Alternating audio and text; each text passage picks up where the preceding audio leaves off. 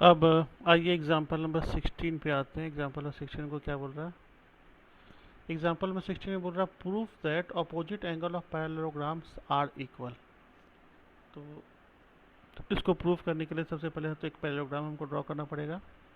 तो एक छोटा सा पैरेललोग्राम ड्रॉ करते हैं पहले।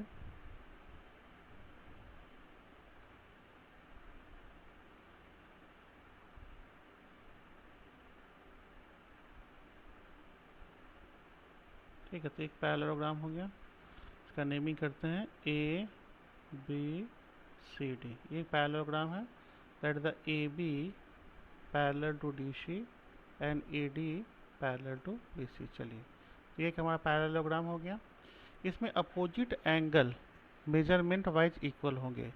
यानी टू प्रूफ पे आते हैं। अगर टू प्रूफ अगर बोला है तो बोल रहा है एंगल ए इसका just opposite angle angle C होगा, और एंगल बी का अपोजिट एंगल एंगल डी होगा। ठीक है, अपोजिट एंगल पैरेललोग्राम में वो एंगल होते हैं जिनमें कोई भी आर्म जो है कॉमन नहीं होता। ठीक है, तो ये अपोजिट एंगल हो गया हमारे पास। इन दोनों का मेजरमेंट आपस में इक्वल आएगा, ऐसा हमको प्रूफ करके दिखाना है।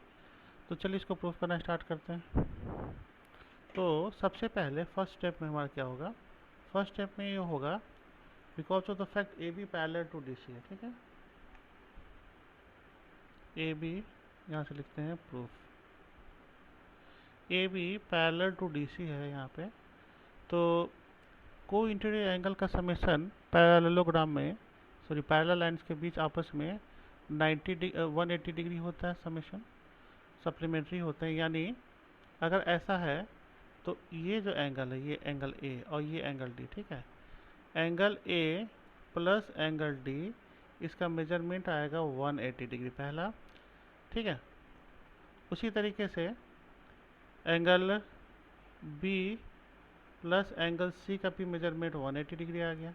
हमको प्रूफ करना है ए और बी के बीच रिलेशन इस्टेब्लिश करना है हमको। ठीक है, तो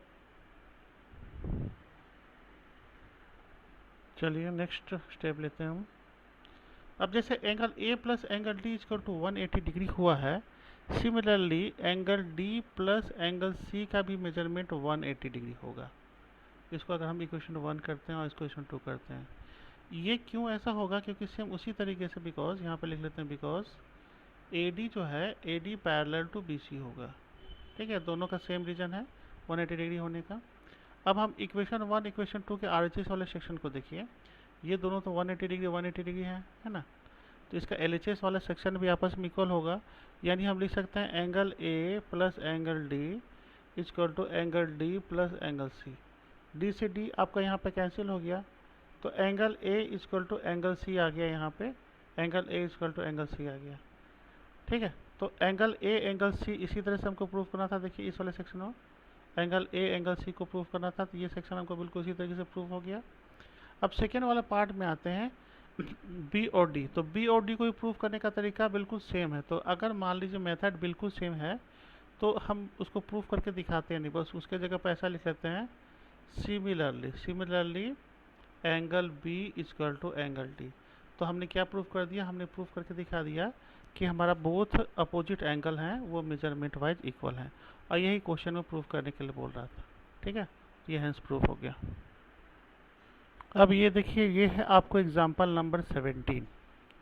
एग्जाम्पल नंबर 17 में जो पहला इंफॉर्मेशन गिवन है ए बी सी डी, ये जो है ए बी ये वाला जो लाइन है, ये लाइन ये लाइन, पहला ये लाइन ये हो गया, और दूसरा सी डी ये हो गया, और ये तीसरा, ये तीनों लाइन आपस में पैरेलल है। पहला फर्स्ट ऑफ ऑल ये चीज़ गिवन है।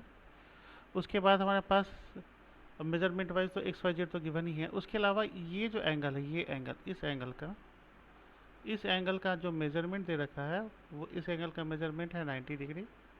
ठीक है, अब हमको, और इस एंगल का मेजरमेंट 65 भी तो क्वेश्चन में ही दे रखा है। अब हमको उसके बेसिस पे हमको एक्स वाई और जेड की वैल्यू हमको निकालनी है। तो जो सबसे इम्पोर्टेंट इन्फॉर्मेशन है वो ये है, ये तीनों जो लाइन है ए बी सी डी और ई एफ, ये तीनों लाइन आपस में पैरेलल है। तो देखिए सबसे पहले क्या करेंगे, हम सॉल्यूशन लिखते हैं।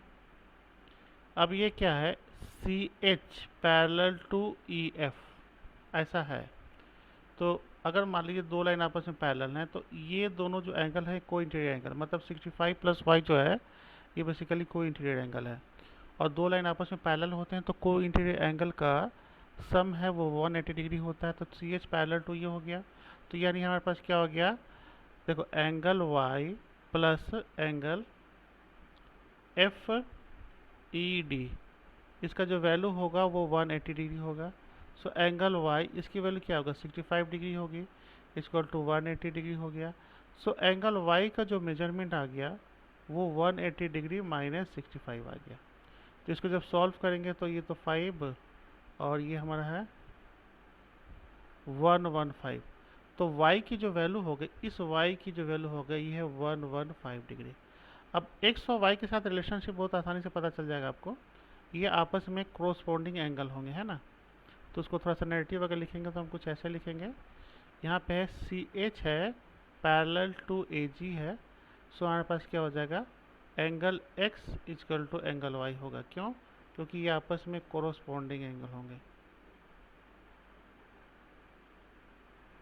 और एंगल y की वैल्यू तो ऑलरेडी हमको पता है, वो दैट इज 115। तो angle x equal to angle y equal to 115 degree. तो x की वैल्यू भी आएगी 115 डिग्री, 115 डिग्री इसकी हमकी वैल्यू आ गई। ठीक है, तो ये चीज़ क्लियर हो गया हमारे पास। चलिए, अब z को फाइंड आउट करने का बहुत सा तरीका है। ठीक है, पहला तो तरीका हम एक्सटर्नल एंगल प्रॉपर्टी को यूज करके कर सकते हैं। जैसे मान लीजिए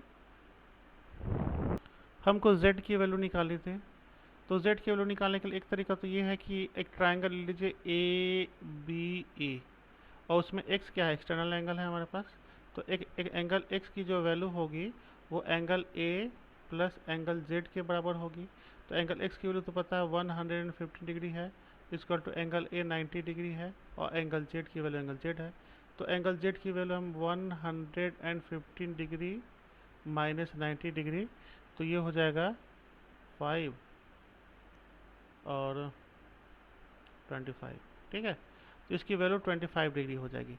तो ऐसे करके भी हम z की वैल्यू निकाल सकते हैं। और एक तरीका तो ये भी है कि देखिए एंगल x और ये पूरा का पूरा एंगल y, ठीक है, angle x equal to angle A E F होगा। क्यों? क्योंकि ऑल्टरनेट एंगल है, ऑल्टरनेट एंगल है ना, ऑल्टरनेट एंगल इक्वल हो जाएंगे। क्यों क्यों होंगे इक्वल? क्योंकि हमारे पास क्या है, ए बी या ए जी इज पैरेलल टू आपको ई एफ है। ठीक है, ये आपस में तो ऑल्टरनेट एंगल इक्वल हो जाएंगे। एंगल x की वैल्यू 115 डिग्री ऑलरेडी गिवन है। तो हमारे पास ये जो बना वो कैसे बना, एंगल z से प्लस 65 डिग्री से बना हुआ है।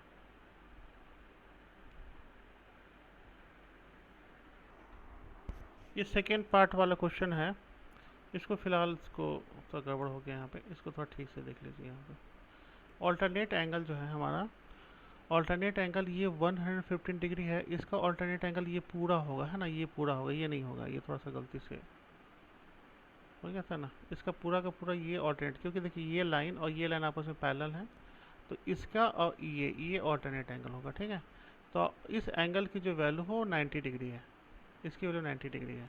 तो ऐसे भी निकाल सकते हैं, ऐसे तो इस तरह से निकाल के मैं दिखाई दिया हूँ। तो एंगल x इक्वल टू ये हमारे पास हो जाएगा 90 डिग्री प्लस एंगल z। तो इस वाले केस में हमारे पास इसकी वैल्यू चूँकि 115 डिग्री है, तो 19 डिग्री प्लस z हो गया। तो z की जो वैल्यू है 115 degree minus 90 degree, that is 25 degree. ठीक है, ये वाला तरीका सही है, वो वाला में थोड़ा कन्फ्यूजन हो गया था। तो निकाल लिया हमने, ऐसे तो यहाँ पे भी निकाल के मैंने बता ही दिया इसकी, तो सब वैल्यू हमने निकाल ली इसकी।